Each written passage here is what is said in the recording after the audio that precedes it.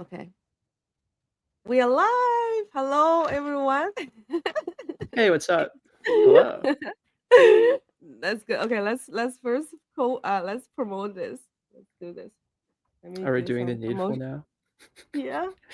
Yes, we gotta do the promotion for now, and then so that people can join our live stream, right? And also, I don't know, something happening with my Twitter right now. I every day I feel like I'm shadow banned.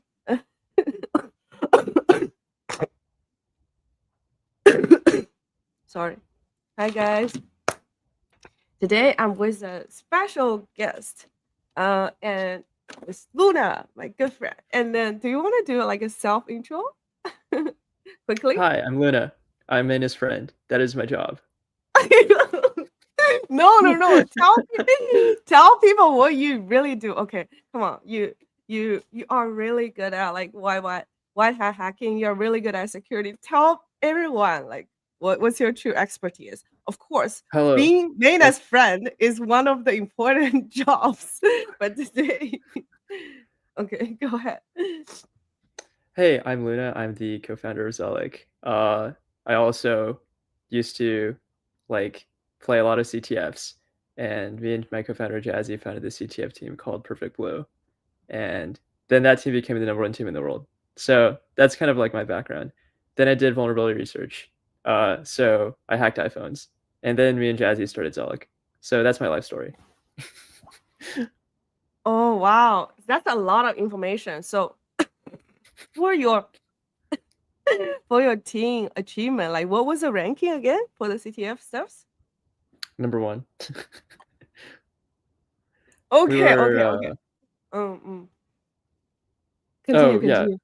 we were number one in 2020, 2021, and then also 2023 as part of Blue Water. Yeah. But you could have gone professional with that, right? If you were number one as a team. There's no money in CTFs. Well, like there is like a little bit, but like you can't feed yourself off of it. So, and plus like we wanted to everyone grows up and gets a career at some point. It's True. not like So, esports. Yeah. mm. And when you, I actually want to hear the hacking iPhone story a little bit more because I never heard you talk about it. Do you want to shed a little bit more light on that? Well, I mean, most of it's under like some pretty big NDAs, but the long story short is, yeah, back in college, I was really curious how like government agencies are able to unlock iPhones. So I looked it up, and there are these companies called back then it was called Grayshift. Another one's called Celebrite, and I was looking for an internship at the time. I was 19 years old, so I interviewed at a few places. This was in November, and it was pretty late in the recruiting cycle, which I only found out afterwards. So you're supposed to like email recruiters and apply to companies like in August, um, which I think is crazy because like you're gonna get the internship from like May through August. So like, why are you applying as soon as like your first internship is done? Right. But anyways, apparently you're Yeah. supposed to do that. And by the time the recruiters got back to me, they're like, yeah, sorry, but like all of our interview slots are full. So, I was 19. I just wanted to work at Microsoft or something. And then now I'm like, shit, I have no job this summer. So then I just post on Twitter, like, hey guys, I'm looking for an internship. And I'm just like begging by posting my resume on Twitter. But lo and behold, it actually worked. And someone from Grayshift reached out to me and they were like, hey, do you want to intern here? And I was really amazed by that Wow. because I had heard about these people by this point. I was like, huh. Um, and I looked up a little bit more about them. I'm like, so you're saying that I'm going to get to work with like some of the smartest vulnerability researchers in the entire world. And they actually happen to be based out of my hometown in the suburbs of Atlanta. Or at least they were back Yeah. then. But then I was like, yeah, sounds sick. I can like go live with my parents for a summer, not pay rent, and then just like hack all day and night and then just like eat mom's cooking when I go home. I mean, that's a pretty sick deal. Um, Wow. yeah, so I was really curious about like how all that stuff works and how that world works, and that was my foot in the door for how I got into vulnerability research. The year Wow. after that, I like 1.5 years later, I graduated, and then I was choosing between a few job offers, and I ended up going with a company called Dataflow Security, which is co-founded by Luca.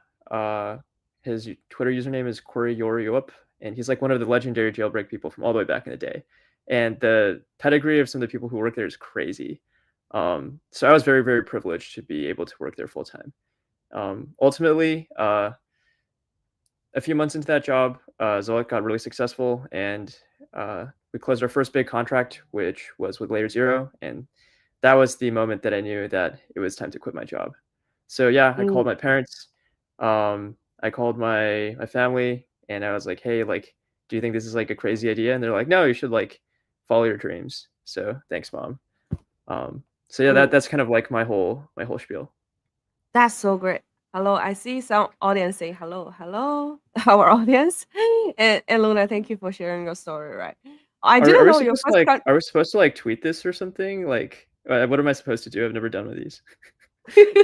You should retweet. That's what I told you in the first 3 Okay, minutes. okay. What's your Twitter? What's your Twitter? I don't.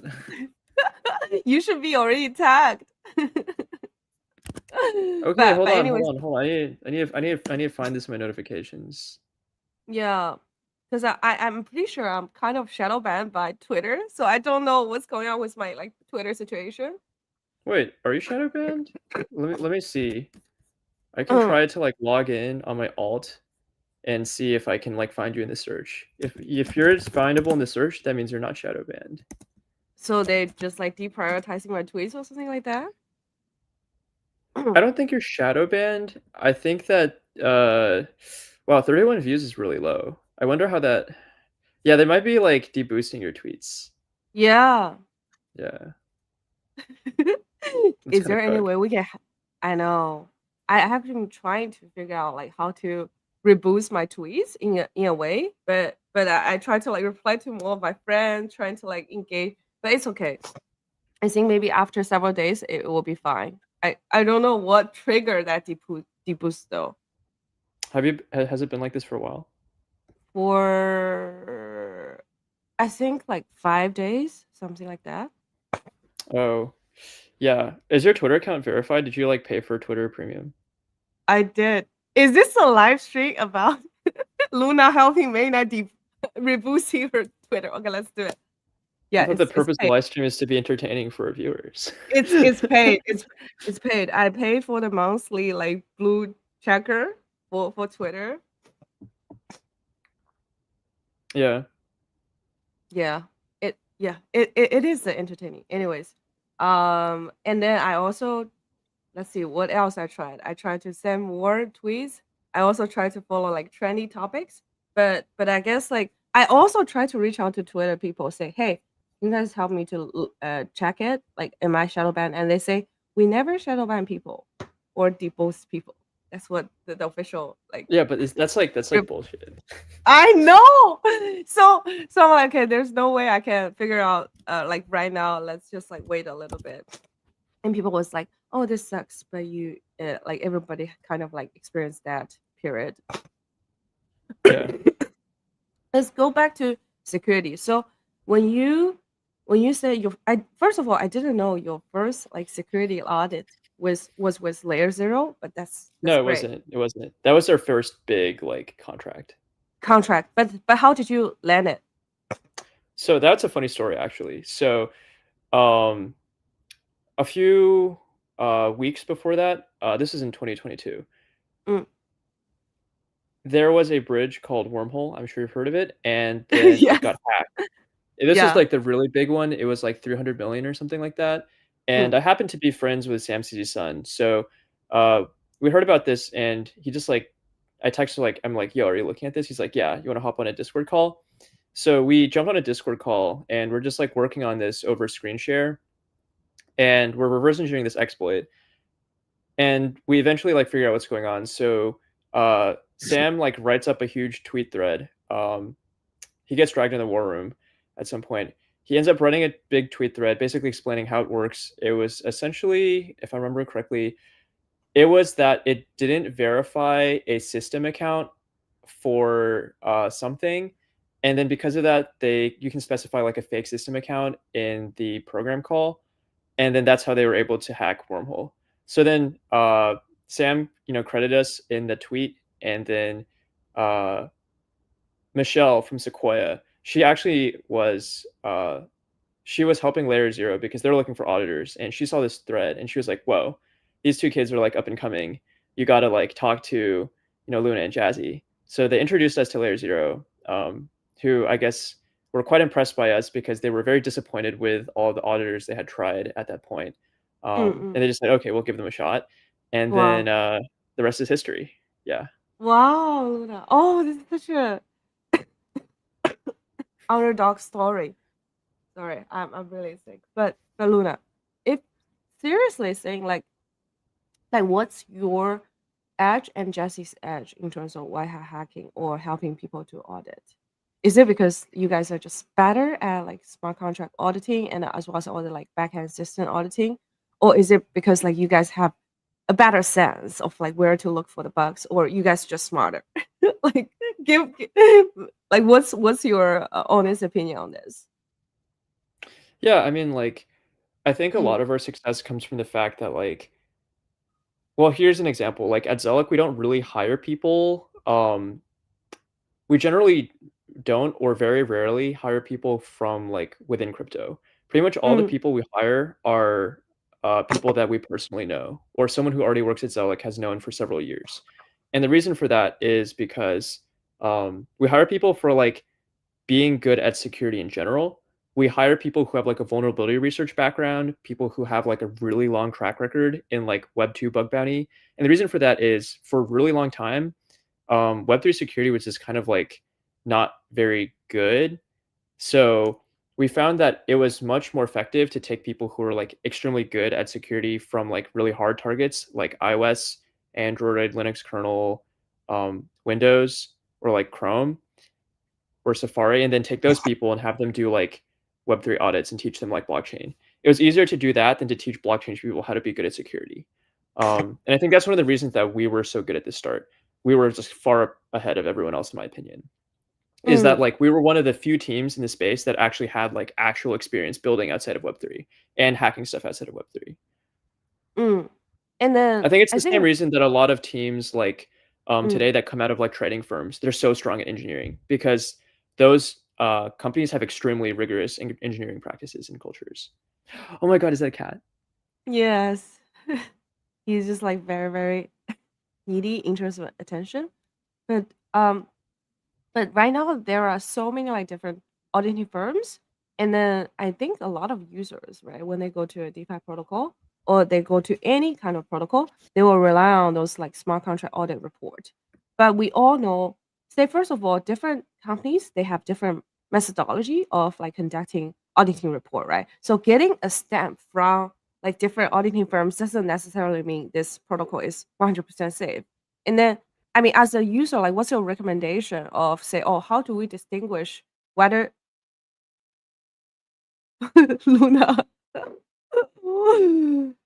Luna, where are you? Oh my God, we lost Luna. Okay, let me text you. Okay, I think I I don't know lost what you happened. temporarily. It says like device not connected. Okay, where were we? All right. I was asking my question right. As a retail user, say if they go to a DeFi protocol or any kind of protocol and they see maybe 10 different auditing reports, right, conducted at different time. How Yeah. do they distinguish or whether this is a quality auditing report or not? Uh, I mean, in my head, I have a tier list. I can't say Okay. the tier list because it's my policy to not talk about other auditing firms in general. Okay. Okay.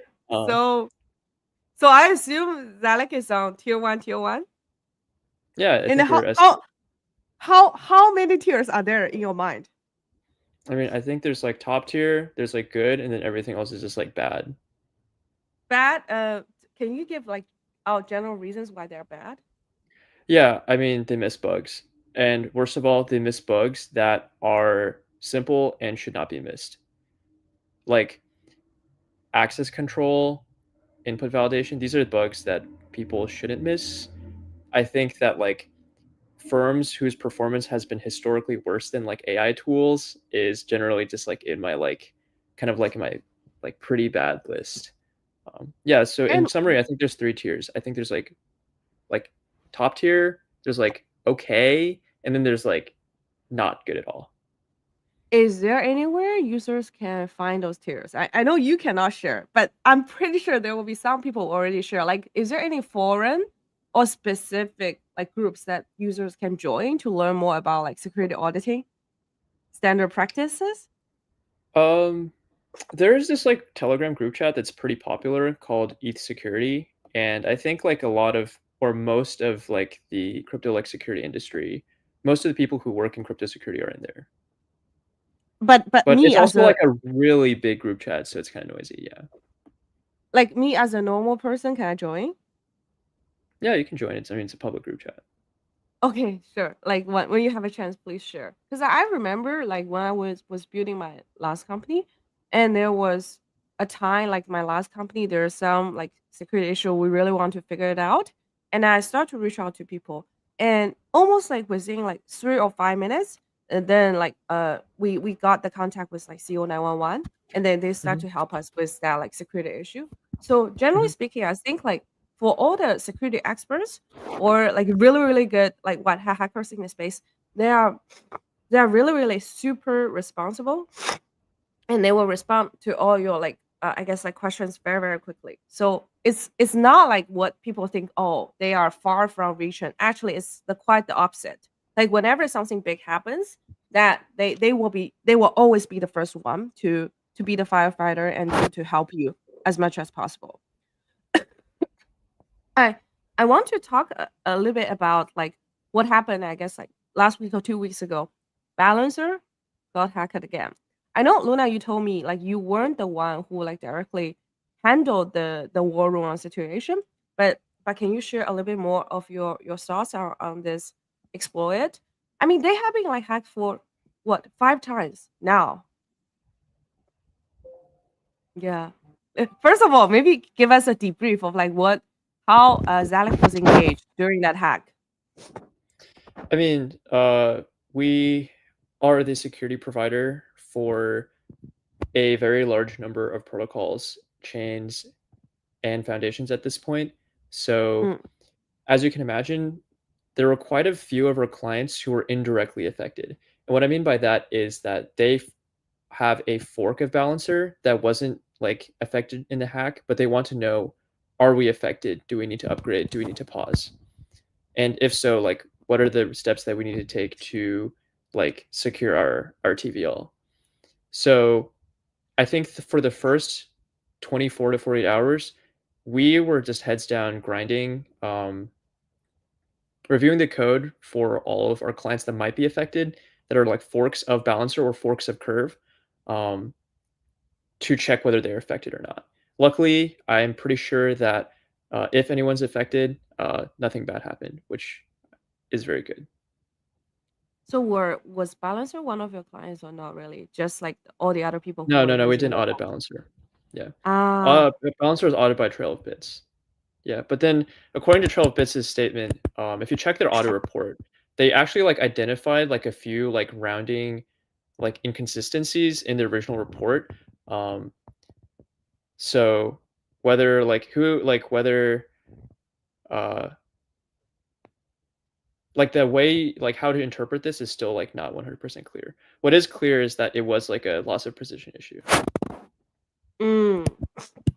So basically, we are saying maybe potentially some of their auditors have already pointed out the potential issue. It's just Balancer have not adopted fully the suggestions provided by the auditors. Well, I read the audit report, and at the time, like no one was really sure like how this could be exploited. So it was kind of left as more of a like informational point about like, hey, like the rounding here is like inconsistent with the rest, but we're not sure like how this would actually affect the protocol.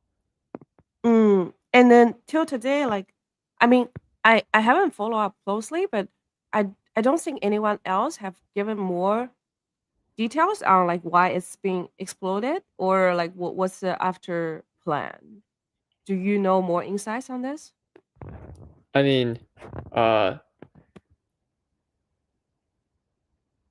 I think we have a pretty good idea of like how the hack happened and what was the vulnerability.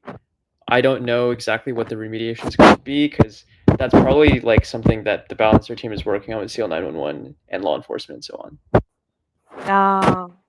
Oh, by the way, Luna, I think like you might need to adjust your microphone a little bit. It is making some noise. Oh, Yeah, sure. but it's okay. It's just like every single time you move, it makes like a like Oh that sound. yeah, it's using my laptop microphone. I can switch to my AirPods. By the way, Luna, before we jump into next like security question, how was your Japan? How is your Japan trip so far? Oh, it's lovely. Yeah. I'm just here for the next 1 to 2 weeks. And which city are you exactly in right now? I was in Sapporo for a bit. We had like a team offsite there. Everyone at Zolik had been begging us to like have an offsite in Japan, so we're like, okay, we're gonna do it finally. So we decided on Sapporo. Then right now I'm in Tokyo because I figured I'd tack on like a quick trip here because I'm already on this side of the ocean. And then me and Jazz are gonna go play CTF in Nanjing in I think 1.5 weeks. So I'm looking forward to that. Is that like a competition? Yeah, yeah, yeah. Wow. What's your guys' goal? Are you guys gonna get the championship again, or what is it? We're gonna have fun playing CTFs. Okay. Very wholesome. Very wholesome. Have a lot of fun. I mean, you know, we talk about this, right? Also like going like traveling and spending time in Japan. It's just like so pure and so wholesome. It Yeah. makes you forget everything about crypto and just like be chilling there, like mind your own business, eat the good food. What you I'm not sure disagree? about that because Okay, I'm okay. still working. Except now my back hurts because I don't have like a desk or like a monitor, so I'm like slouching over my laptop for like 8 hours a day. And I'm so, but curious. Mm, I will say the food is very mm, good, and I mm. love the fact that like I can just go outside and eat like delicious food whenever I want. In New York, it's very inconvenient actually. This is Yeah, like a hot take I'm willing to die on. I think New York is nowhere as convenient as most Asian cities.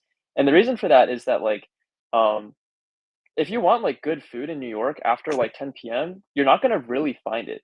Like there's pretty decent food at like 6 p.m., but like most days I'm working from like 1 p.m. to like 11 p.m. or midnight or later.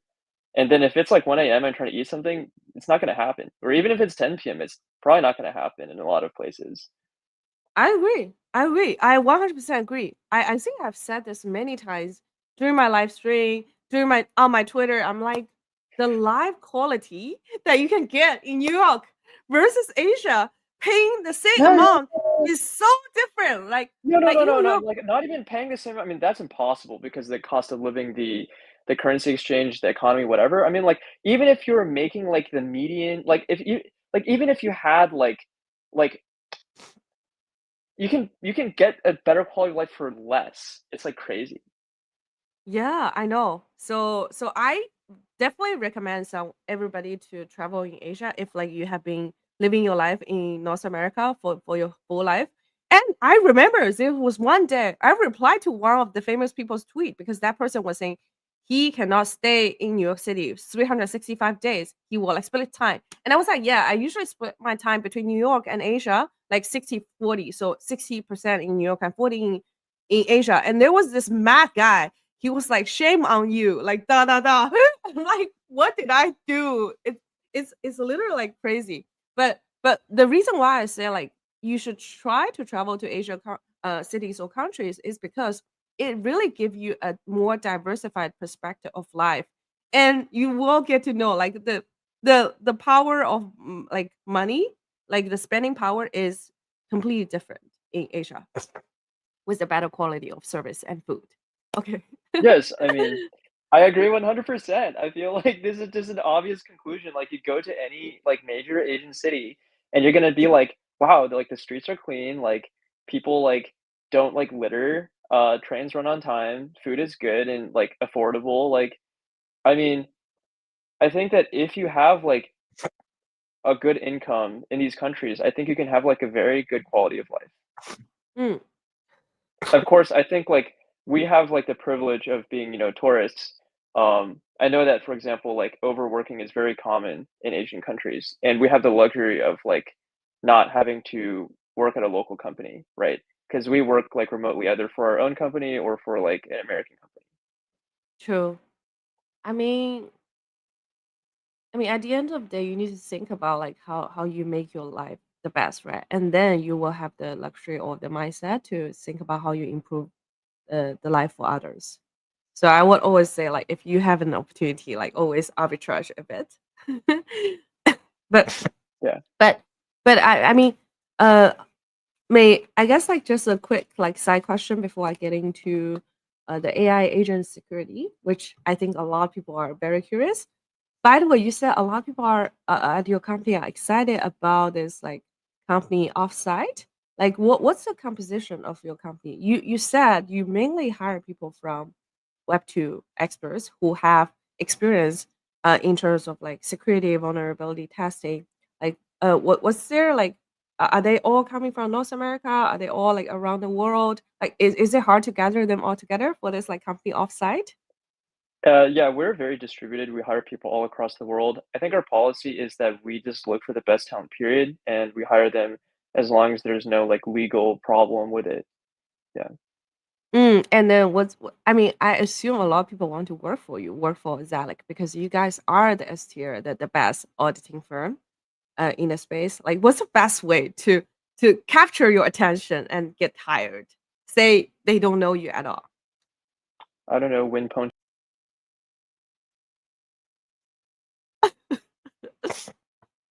Luna, I lost you again. Oh my. I think there's definitely some internet issue that's there's down definitely some international internet issue happening with Luna. Let me ping.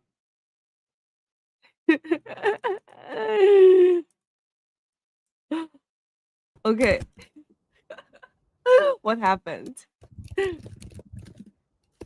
Is it because of internet or is it because of device setting I don't know. It's probably configuration? it's probably because the internet. Like I'm in this like very like I'm in this like very Pepega Airbnb where the internet is like not very good. I get like 4 megabits up and down. It's like pretty crazy.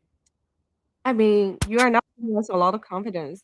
Like, if you're doing your job, how do you ensure you have like a stable internet? Because this is a question I always have when I go back to Asia too.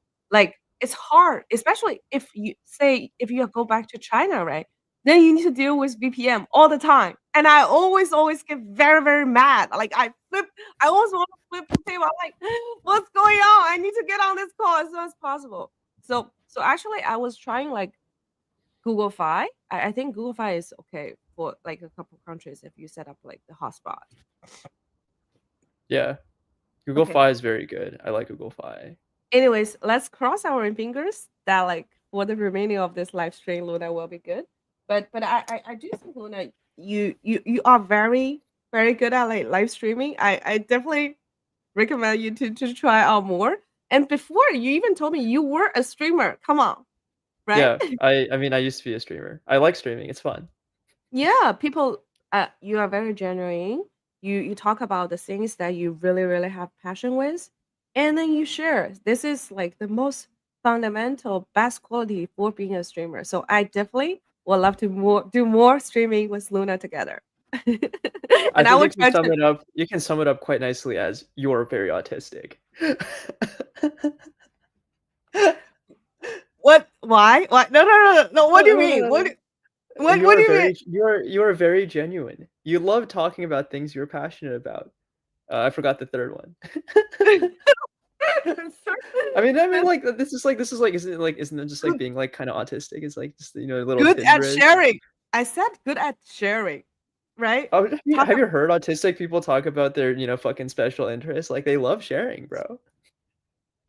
okay, I thank you, Luna. I mean, okay, first of all, whenever my friends say, "Mena, you are autistic," I will always say, "I'm not autistic." So I never even look up like what's the definition of being autistic. And Mhm. then now as more and more people saying I'm autistic, I'm just like, okay, maybe I'm autistic, and then I got kind of give up. Maybe I take it as a compliment. Like why when people say you're autistic, like what's the downside of being autistic? I don't know. Mm. I think there are a few downsides. I mean, like, for one, Mm, is like mm, autistic people experience sensations very, very intensely. For example, like things that are like mildly like uncomfortable for non-autistic people can be very like uncomfortable for autistic people, or things that are like not even noticed at all. I think they can be like very bothersome, especially like sensations like temperature, mm. pressure, or like uh textures, stuff like that. I think that can be very intense, or loud noises. Yeah. There I think Mm. another downside is like um obviously like difficulties like socializing or like empathizing with people. I think that can be like something that is very challenging for autistic people. Okay, I see your point. I guess I mean, I always tell myself I'm not having problems socializing or emphasizing with people. I'm just keeping it to myself. Okay. Anyways, I agree to some degree that like I guess like for emotional side of things, you do experience it to a more detailed level compared to other people. Anyways, let's continue. We got too distracted. Uh, Yeah. um So for AI agent security, I mean, there are I think many tools that are helping people to identify early opportunities or even help people to capture and execute on top of early opportunities especially in crypto space, right? You see people building AI bots on top of Polymarket where there are tools that say, oh, those are all the smart wallet addresses we are following. Those are their win rate based on the historical data. And then here is a newly prediction on, okay, this newly bad they just placed on Polymarket. How likely is it going to win? How risky is it going to win? And there are some other bots who are just mainly intense driven bots. Say users, they just need to type in their intention. Maybe I wake up, right? I don't know anything about crypto. I'm a user. I just say, hey, can you help me to buy the top 10 most promising cryptocurrency using my 10K and then spread it across different chains so that it's safe? And then the AI bot's gonna start to analyze the crypto market and try to do the execution using some underlying tools. Or another kind, I don't know if you have like monitored the recent market. There's a competition that's set up by North AI.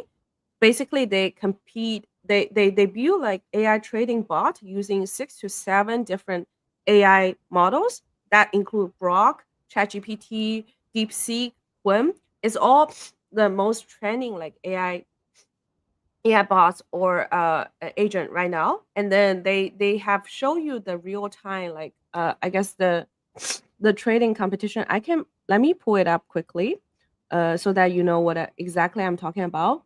But essentially, going back to my original question, it's like there are so many available AI tooling that helps people to execute and make decisions, especially for their like financial decision or personal decisions. How first of all, like what do you think of from from a security perspective? Like, what are your general thoughts? Should people be concerned about their data security, their wallet security, or it's still too early to say it? Oh, yes, absolutely. I mean, like, I think privacy is like a huge issue um when it comes to AI, right? Because whenever you type stuff into ChatGPT, that goes to their servers, and um, you don't really have like a strong guarantee on how long that data will be retained there. In fact, like there's a pretty good case to be made that like the data has to be retained perhaps indefinitely because OpenAI is in a lawsuit with the New York Times right now. So I think privacy and like data security is definitely like a risk. Oh yeah, I've seen this. Yeah, this has been all over Twitter, all over CT. Yeah, So actually, like me and my CTO, we have been trying to set up our own trading bot to see how it works. And actually, we test out like for a couple of hours. It's pretty good. We didn't have time to continue the exploration, but we will be doing more exploration on that. And then for so is it just like data security? How about execution? Because I mean, we also see other projects who are building kind of an infra layer where they kind of manually write all the codes and the configuration for different DeFi protocols, right? Either for the bridge or for a spot trading, like they use a DEX to convert their cryptocurrency, or even they use some perp DEX to open some like orders is and then essentially like the ChatGPT or whatever AI agent they're using will output a format of data which will be part of the decision and then they connect all that. Like do you think that introduce like one more layer of security concern for the overall system? Um, if I'm understanding your question correctly, it's basically saying Mm, there are all of these new AI-based tools that essentially like connect like an AI agent or some kind of like AI to a wallet. How does that introduce security risks, if any? Is yes. that your question? Yeah. Yes. Thank you for the translation. Correct. So I think that the risks that this brings along are twofold.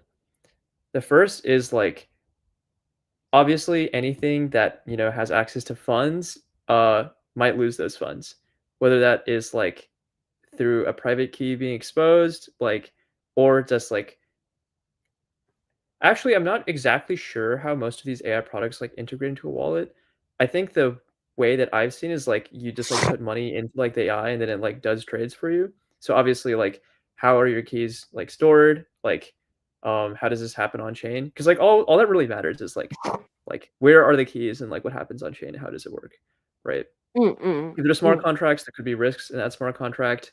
Um, I'm actually curious how a lot of these systems work because I haven't really looked into it. mm, But mm, I would mm, imagine there are like potential security risks, right? Yeah. mm. And I think the other aspect is just like the economic risk of like, okay, what if like the AI does something like really stupid and like loses a Right. bunch of money? Yeah, yeah, And yeah. there's like no way to like really guarantee against that other than by like reviewing all of its trades, right? Yeah, yeah, I agree. So I can speak from my own personal experience. Since like I'm building like products that not exactly using AI, but we do deal with like wallet security. So I think like users when you going to use a potential tool, you need to figure out like how are they creating all those wallets for you and how those wallets like private key are stored. Uh for my company like Sprout, we are using Privy as our smart wallet like infra underlying. So so whenever you register with your email, we will create a smart contract wallet for you on behalf of you. But that being said, all the wallet like private key, the storage, like the configuration is all handled by Privy. I know Privy have spent lots of money on their team infrastructure where they ensure the sharding as well as the storage of the wallets or it's all like independent operation. So that means like Privy can they also cannot have like I think nobody can kind of have your access to your private key except you for yourself.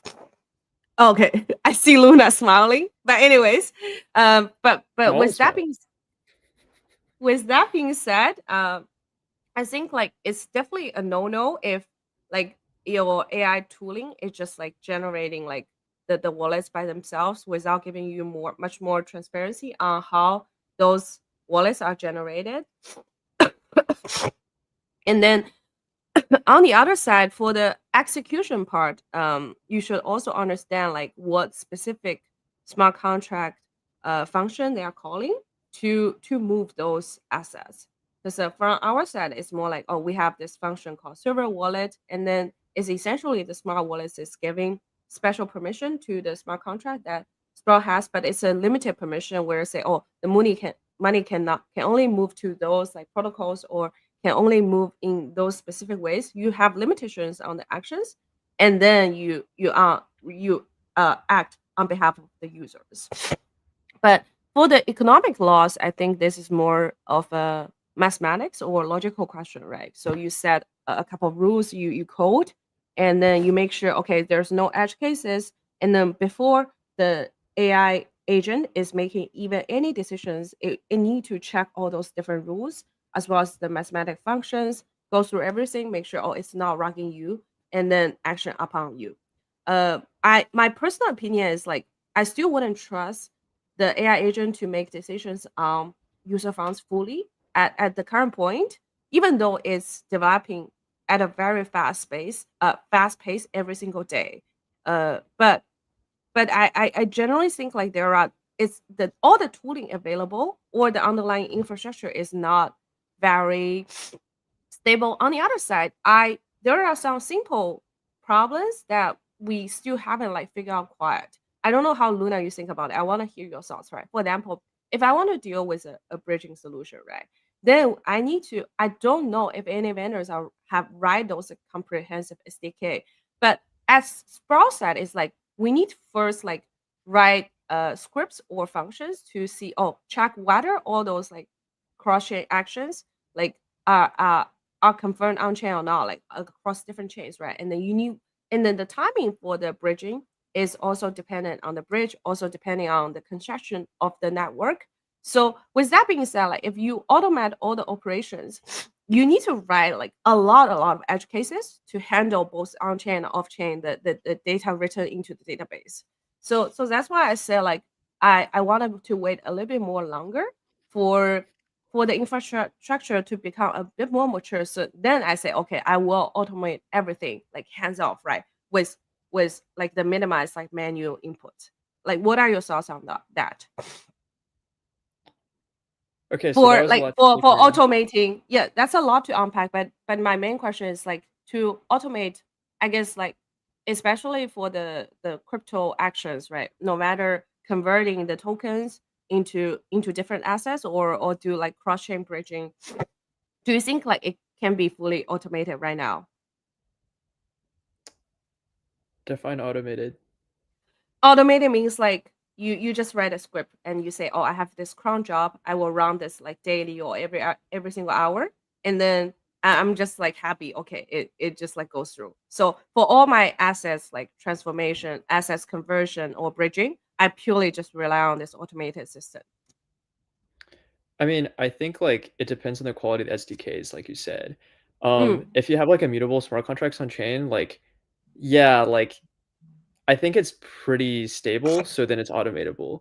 On the other hand, if you're like trying to do some like really fancy like cross-chain like intense smart order router BS, then like I think I wouldn't be surprised if I wrote like a cron job and then it like fell over after a week, right? Because something changed on like whatever SDK it's using. Or maybe that like it's like routing through a bridge and then they've like developed an upgrade and they deployed that and there's like some change. I think there's Yeah, there's all that. So usually like docs are also not very like up to date. accurate. Yeah. I think like so like for me like I've like developed like a huge trust issue like because of crypto and AI in the past like 3 years. So now I just like literally never read docs. I don't read like docs. I don't read their Twitter. I don't read their website. I like don't read anything except for the Etherscan. I don't even read their GitHub because like the GitHub is like not what's on chain. So Yeah. I just like only read their Etherscan because I'm like this is the only thing I can trust. Oh my god. Yeah, I know exactly what you're talking about. Even if I'm not coding, but just like you said, the protocol can just like one day wake up, or they are doing some like improvements in their SDK Yeah, and or then system. your Oh, shit is just like yeah, it stopped working.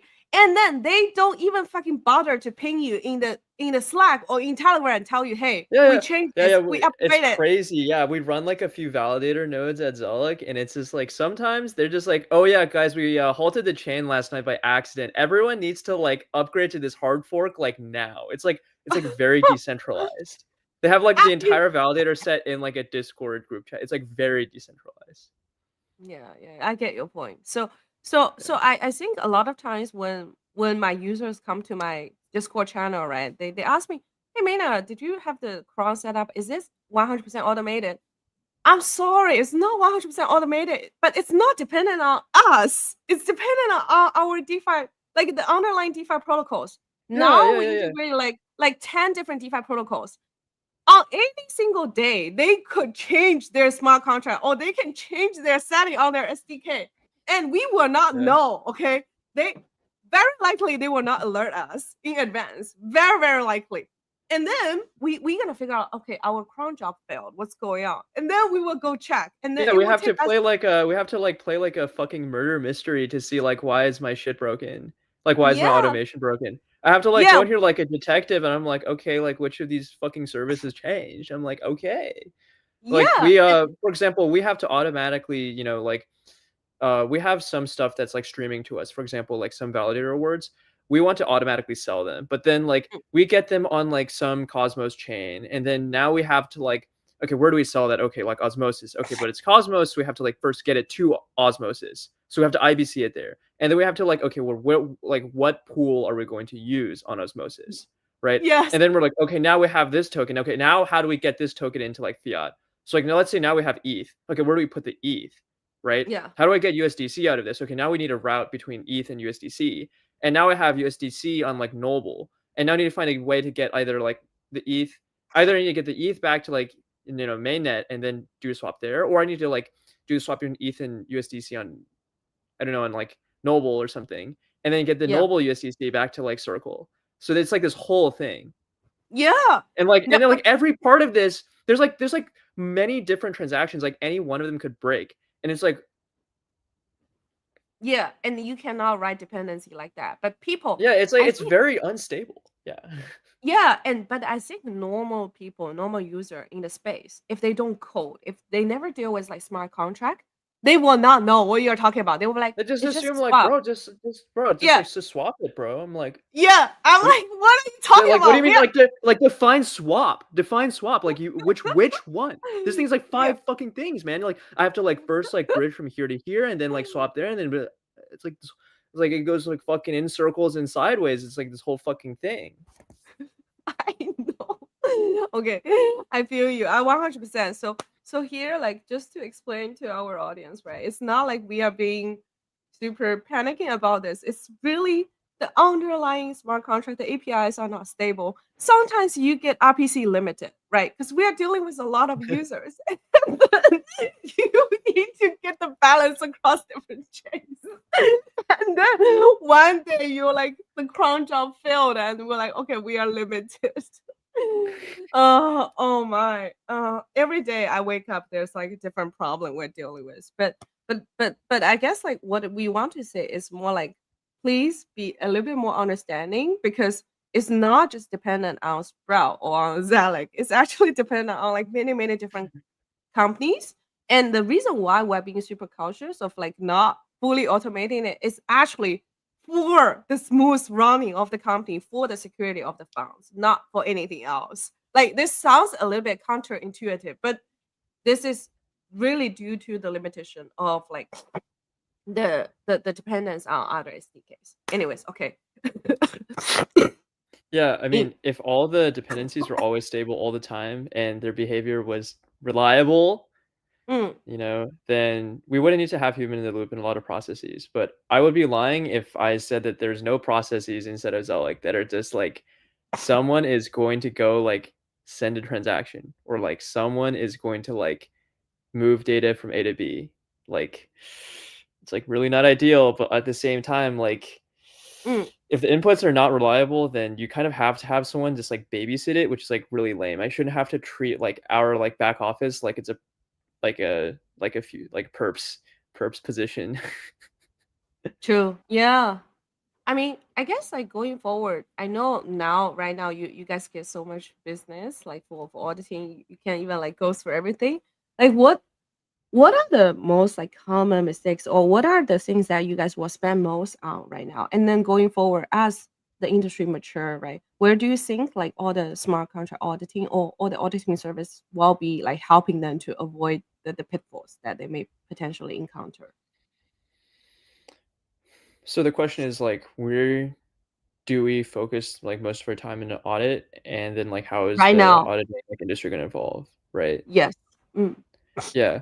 So I think like I mean most of our time right now is spent like as always like on a thorough manual review of the code base. So there is no substitute for this. You kind of just have to like read all of the code and then think about all of the potential like ways that it cannot work. We find that a lot of bugs are still essentially coding mistakes. So these are things that are not like super gigabrain. It's just like, hey, like you are not doing this correctly. Another thing is like, for example, it depends on the type of protocol a lot. Like if we're auditing a perp desk, there's gonna be like, like half a dozen things that like they can get wrong, and then every time there's a perp text, either Jazzy or Vax, who's like our head of like audits, he's gonna go to the auditors and be like, okay, guys, this is a perp text. You guys, I'm sure you know this, but you have to check for things A, B, C, D, E, F, G, because they're gonna get at least one of them wrong. And then we go check for those things, and lo and behold, yeah, they got like two of them wrong, and now you can just like take all this stuff out of the perp stacks. So it kind of depends on like what kind of protocol you're auditing, right? If it's like Cosmos, like okay, we really care about like error handling because if you don't, then you can like halt the chain. Right. And Oh, then I guess go that's only one half of your question, right? Yeah. yeah, and then so you're basically saying like depends on the types of the protocols. Then you already have a specific of area that you will be like focusing on. Do you guys like publish those information somewhere or not Yeah, really? yeah, we actually do. We have like these extensive blog posts that are like Mm. security primers on like, okay, if you're like working on X, you should look for Y. If you're using Mm. like A stack, then you should look for B issues. Yeah, like Oh we have a wow. very extensive series of blogs on that. You should check out our blog, zilliqa.io/blog, and it's free. Okay. Yeah, yeah, I will do it. Like I will also ping maybe under this tweet so that like people can all take a look at it. I think the audience, whoever will be curious, probably will be the developers for those different DeFi protocols. But I think it's gonna be super helpful.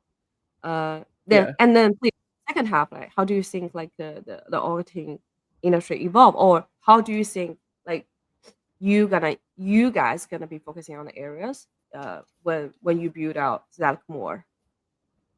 That's a very broad question. Do you have like a Mm, specific theme you want me to like kind of focus on? yeah.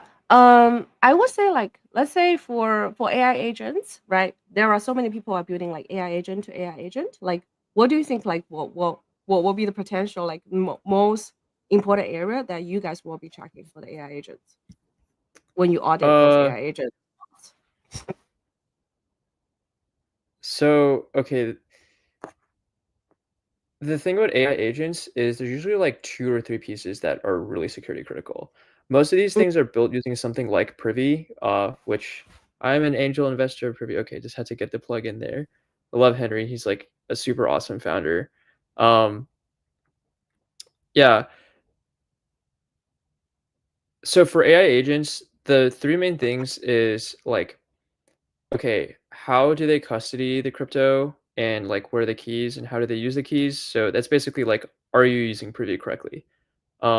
The second thing is like if there's a web front end and users are connecting to their wallet to that front end, then that needs to be audited for like typical issues. For example, like a lot of people use a lot of people like end up with like XSS in their front end. And normally this is just like not a huge deal, but in crypto it is a huge deal because then you can like propose malicious transactions and phish users, which I think at this point is like one of the number one ways users lose money. And finally, if there's smart contracts on chain, you need to audit the smart contracts. And whatever they do, I mean, it's going to depend on like the smart contracts themselves. mm, mm, mm. Thank Or you. are you asking about like AI auditing agents, as in like AI for like security and how that will affect stuff? Oh, I didn't ask that question, but that would be interesting. There are some tools that they're saying, oh, they're automatically like scanning the different bugs, right? Do you think Yeah. they are useful at all? I think they can be useful, but I think they're not going to be a replacement for like manual reviews until we have AGI. Do you have a And at view that of point, we can go home. when are we going? I mean, do you keep track of the AGI development, like all the AI development? Like, what's your? I guess like if we just gonna do a blunt prediction, when are we going to have AGI? Bro, fuck if I know. Do I look like Sam Altman to you?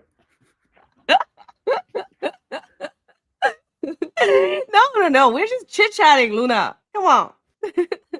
Bro, you can't just like hold a gun to my head and be like, tell me when you're gonna fucking have AGI. Are you gonna really ask me like point blank, like, bro, what are your like AGI timelines? I'm gonna hit you with a classic. Okay, well, define AGI. AGI. Like what qualifies as AGI? Because there's some people out there who would say like, we already have AGI, just with what we have today, and then there's other people who are like, AGI will never be achieved because it's impossible, I right? get So your you point, Luna. I get your I'm point. working I know. very hard. I'm working very hard to dodge this question. You need to give me some break. Okay, sounds good. Okay, fine. Okay, let's not talk about AGI. I mean, But the truth okay, is like I don't know when there's gonna be AGI. Like like yeah. blind guess like 2035 maybe 20. I think like I don't know. Like my guess is good as any. I'm not an AI researcher. True. But before, I guess like today we talk about like AI agent security, exploits, trust. Like I want to ask like some other questions. Like for you personally, like are you trading at all right now? Every day? Yeah, I love losing money. what what are you trading? This is the last part of this like live stream. So we're gonna Oh, ask like some yeah. uh-huh. Have you heard of this? Yeah. Have you heard of this exciting new coin? It's very innovative. It's called Fart Coin. Are you first of all, are you really trading it? I of course I've Yes. heard it. You're Yes, you're I trading love. it right now. You Yeah, love trading Farcoin. Jazzy got me into Fart Coin last week. Okay, and why did you what's the rationale behind trading Farcoin? Up only. Okay, cool. Like it has such a good name. It's like Fart Coin. I'm like, okay. That's a So good coin. That's a good fucking so coin. so you just bought. Yeah, last week. Okay, And then sounds and then good. this week I saw my Fart Coin. With a profit? Yeah, I love Fart Wow. Coin. Up only. Wow. Oh, wow. Wow. Thank you, Luna, for sharing. And in a for AI usage, I mean, personally, are you like how are you using AI every day? I don't know. I use Claude Code to vibe code random shit. Today I had to make an admin dashboard for something that we're building, and Mm, I was like, okay, people are blocked because they like ping me to like get access to shit, and then I'm like, all right, we're just gonna make a dashboard so people can self-serve this. And then I didn't know how to use like the Google Cloud CLI because I'm like yeah. a fucking caveman who only knows how to put shit in like DigitalOcean droplets in dedicated servers. And yeah, Mm, it just like taught me how to use G-Cloud like with VPCs and like fucking everything. I'm like, this is fucking awesome. And then I like wow. vibe code this fucking thing in Flask. It teaches me how to use like cloud SQL. I'm like, okay, this is great. I love this. It's like modern technology. And then yeah, I mean, like I use Claude. I basically don't use OpenAI at this point for my personal use because I think like it has a really annoying personality. Um, Everything about like ChatGPT, like okay, I'll use ChatGPT for like really like basic bitch shit. Like, can you tell me how to use this like dryer? Like, there's like a Japanese dryer and this like Airbnb washer dryer combo, and I need to like figure out how to like get it to do the fucking cycle Mm, that I want. I'm like, okay, translate this like dryer. But mm, like I'm never gonna actually ask it like I just really fucking hate ChatGPT's personality. It's like really like NPC like something about it's like really like TS ATP PMO, you know. And then Claude is like a homie. Although the problem with Claude is he always just like fucking agrees with you. So then um I basically only ask it to like give me like for like factual questions. Yeah. I used Claude today because I was curious Mm. about like 2D Fourier transforms, and it was like teaching me all about these like Hermite polynomials and shit. I was like, that's like pretty PogChamp. I like learned some new math today because of that. Wow. Wow. I mean, Yeah. I guess I have seen people talk about the personalities of different AIs on the internet, right, across different platforms, but I never paid attention because usually I don't chat about those AI agents about like personal stuff. It's more like, okay, can you help me to research this, summarize the data, or I was just like, oh, what is this? And then it will give me like a more plausible or generalized answer, and then I will dig into like the details more. So just ask more detailed question. In that way, I guess I don't really feel the personality because I'm not saying, oh, what do you think of this, right? No, even like when I like just ask it like questions, like I just like really don't like ChatGPT's personality. It's like really fucking confident about like wrong answers. I'm like, okay, man. What I do don't know. you I just I remember like a vivid example of like it gives you a wrong answer? I mean like there's no specific one I can think of. It's just like I don't know. It's just yikes. It's just too confident. At the end of the day, I'm just telling you, I said this Also, like like it uses many. like a lot of emojis, which like really like I find annoying. I'm like, I need answers, not emojis. You can tell it like never use emoji. Mine doesn't give emojis at all. Or you've trained her as well. Yeah. Do you not save your prompt? Uh, no. So I would say imagine you are this. Give me everything succinct, concise, and talk with technical terms, and then it will give me like super technical stuffs. And then or sometimes let's say if I want to work on a more creative project, I would say, oh, imagine you are the top tier creative director at this, and then I want to utilize this for more brainstorming process. Can you explain to me why you make this decision from A to B, B to C, C to D, and then can you give me like a couple of options? So in that way, like you tell it directly what you are using them for and what kind of answers and personality they should have. It should give you a better answer. Don't tell me you have never tried this. Like ask the ChatGPT to role play. I used to do this a lot in my prompting. I personally don't do this anymore. Mm, Um, because I in fact I kind of do this, but more like auto regressively.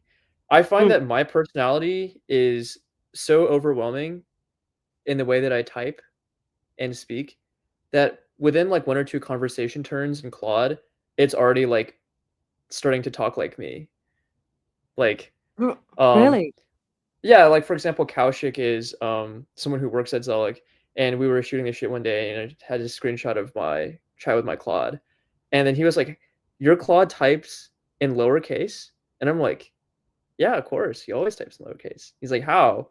Like you don't have memory on?" And I'm like, "I don't know. It's just like it takes on the personality of whatever you put in your prompt, but then because my prompt always is like me, uh, I Mm, guess I mm. don't know." I get your point. I mean, the reason why I save different prompt is I wanted to act as with different personality and with different skill set, and I also asked them to kind of derive their personality and their way of talking based on like general public data. Um, because I I I think one thing that I'm always interested in is how other people think about or have their perspective about the world. And I think as a human being, if you never live their life, you can never have like an accurate feeling, right? Even though you try so hard. So the best thing I can do is derive based on data, and then as like ChatGPT is gathering all the data from people from different social class, from different countries, culture, careers, then they it's actually learning, right, to classify the different people's behavior. So if I can derive it from the models and get a better understanding of the world, then it's a lot of plus for me.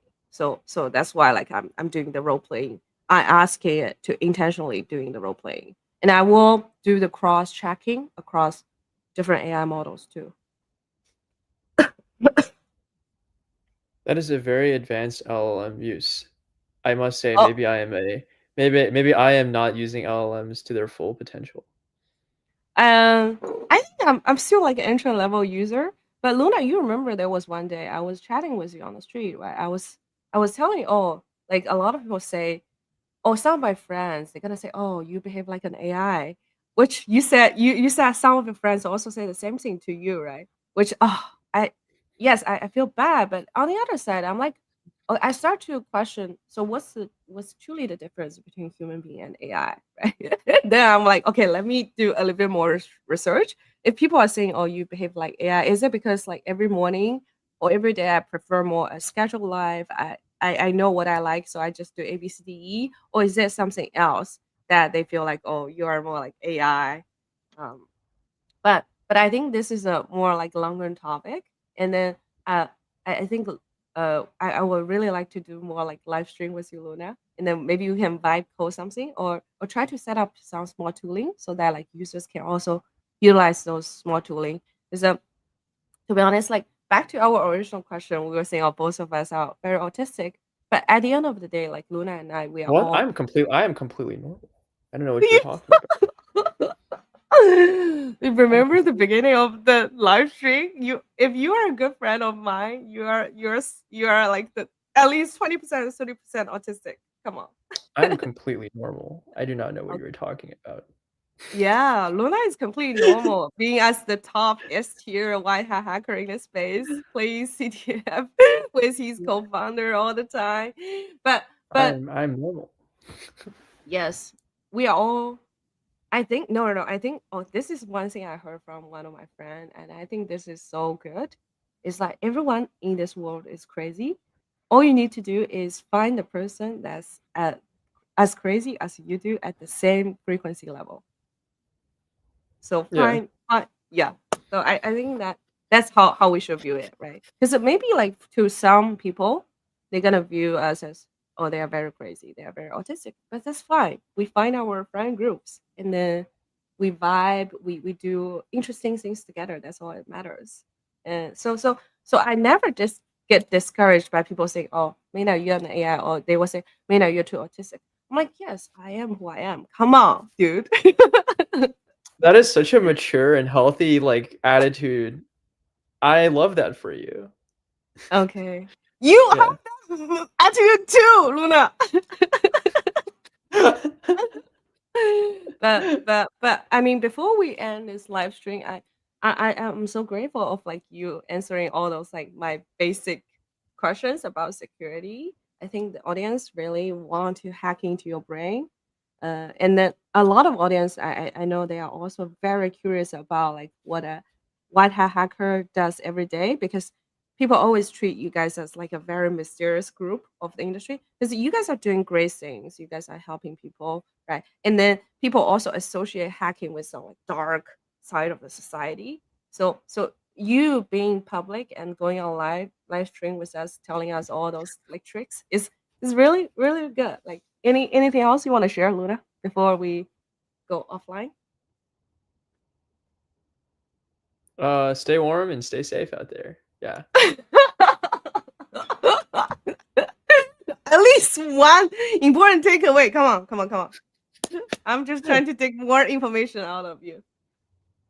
Yeah, I think, like, let's talk about AI. I think this is, like, a pretty interesting one. I Yeah. think, like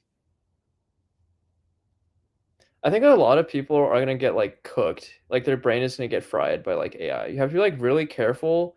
Like, the thing is you have to, like, remember that AI is just going to basically, like, agree with you most of the time because agreeing is, like, the most likely response. It's, like, the most likely completion.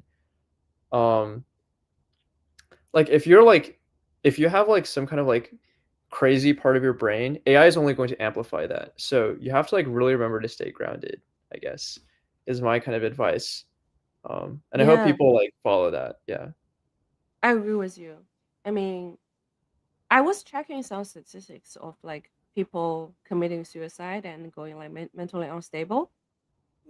Okay, don't get surprised. It's because like I saw a report, and then there was basically this accusation about how OpenAI has led more people to committing suicide, and then the reporter have published 10 or 20 different use cases as well as their chat history before they commit suicide with OpenAI. So basically, the ChatGPT is saying, "Oh, after you commit suicide, you're gonna be with me," something like that. Like that's the chat history, right? Which essentially all the person, their family, the person who committed suicide, their family is suing the OpenAI.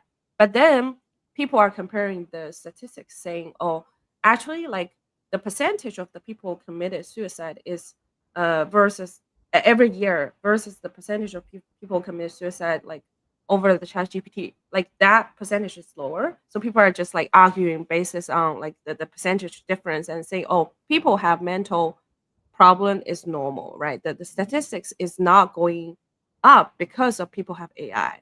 Like maybe AI contributed in a way like it accelerates the process of like people have that sort of like committing suicide. But they are basically claiming like there are already many people have like mental problem. AI may be just like mitigating it, and it's uncertain at this point. Like say, or clinically or statistically speaking, what are the effects of that?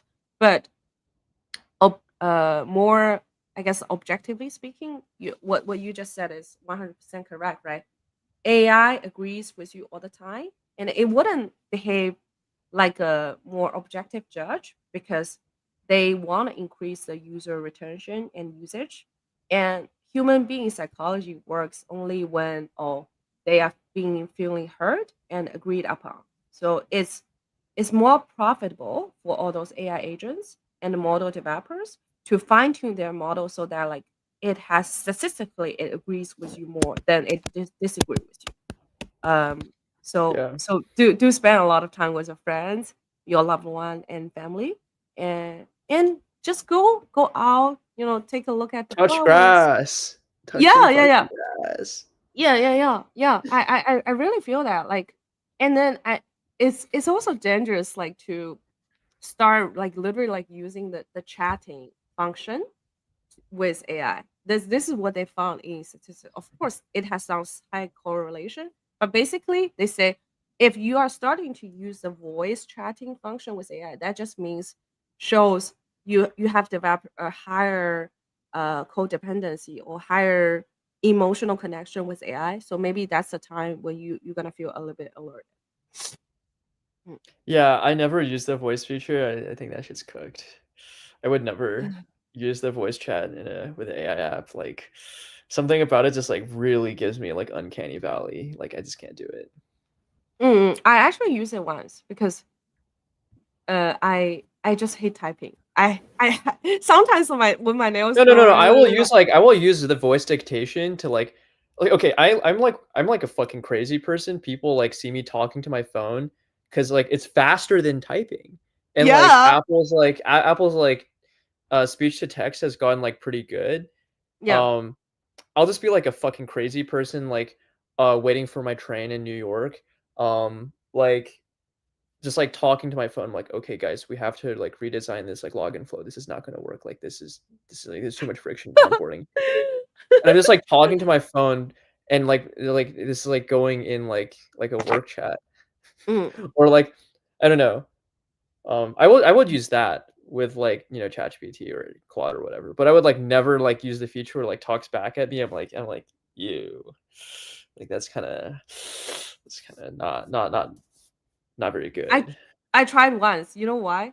I think Why? at that time, first of all, I was feeling very sad those 2 days, and second is also like I I kind of want to close my eyes and then I don't want to look at the screen because looking at the screen too long makes your eye tiring. So I just like Yeah. instead of like typing with the chat GPT, I just use it. So I have to say like people will have vulnerable moments uh whenever it's not, I guess it's not a bad thing if you want to seek someone to cope with you or talk about your problem. Don't feel that like you are the edge case. Like everybody has those moments, right? But what you need to be aware of is like if you are really developing a dependency on that, then probably you really, really need to seek professional help. For me, it was just like a one night thing. I was like, oh, I need to do this. But then after the next day, I told you, Luna, right? Whenever I wake up, there will be like 10 different group chats that needs my response. I'm like, okay, I kind of forget what was bothering me last night. Okay, we're done crying. We have to lock in now. It's time to lock the fuck in. Anyways, did you dye your hair again, Luna? Uh, I dye it once every like 2 to 3 weeks. I dyed it Mm, before I came on this trip, and mm, mm. then it's probably gonna be green by the time I go back. Oh, I see, I see. Yeah. Anyways, we can go dye our hair. I'm thinking actually to dye a lighter color for the winter, but I have not Yeah, yeah, decided. yeah, yeah. Yeah. Yeah, but No, I think you should. I but think you should stay with a warm color because I think warm color is best for the winter, and then a mm, cool color is better for the summer. I actually like. I'm not 100% sure if I want to keep my blue hair because it's very quirky. It was like an experiment because I wanted to just get it done at least once. But I'm thinking I might go back to like brown hair because uh, I think I might have like a warm skin tone. I'm not 100% sure. you Um, can do a testing in South Korea or Japan. Just find a local shop. They will tell really. they will do a full color test on your skin. It will tell you like what clothes of color match you the best. What you should use for your hair. What you should use Right, for you gotta make. you gotta you gotta tell me how to get this. This is like crazy. This is tech. I gotta know this. I gotta like know what my skin undertone balance is. People have been trying to Yeah, pill me on this, and I had a hard time understanding it. I don't know the ones in Japan. I know definitely there are some famous one in Korea, but I will go on Redbook and look for some places maybe for you. Yeah, yeah, You yeah. know, Let's do some Xiaohongshu. Yeah, that sounds great. 小红书. Yeah, yeah, yeah. Yeah. Yeah. Anyways, thank you guys for being with us for the last like 76 minutes, 53 seconds. Me and Luna really, really enjoyed the conversation. I hope Luna you're enjoying the conversation. Yeah, Minute. And I love hanging out with you anytime. yes. Me too. Heart, heart, heart. Anyways, enjoy Yeah. the rest of your Japan trip and enjoy your CTF in Nanjing with your co-founder. And whenever you are back in New York City, let's hang more. But before that, I will hit you up for more like live streaming, like we should hang out virtually, in person, everything. And everybody, please stay safe, stay warm, stay happy out there. All right. Bye. Bye.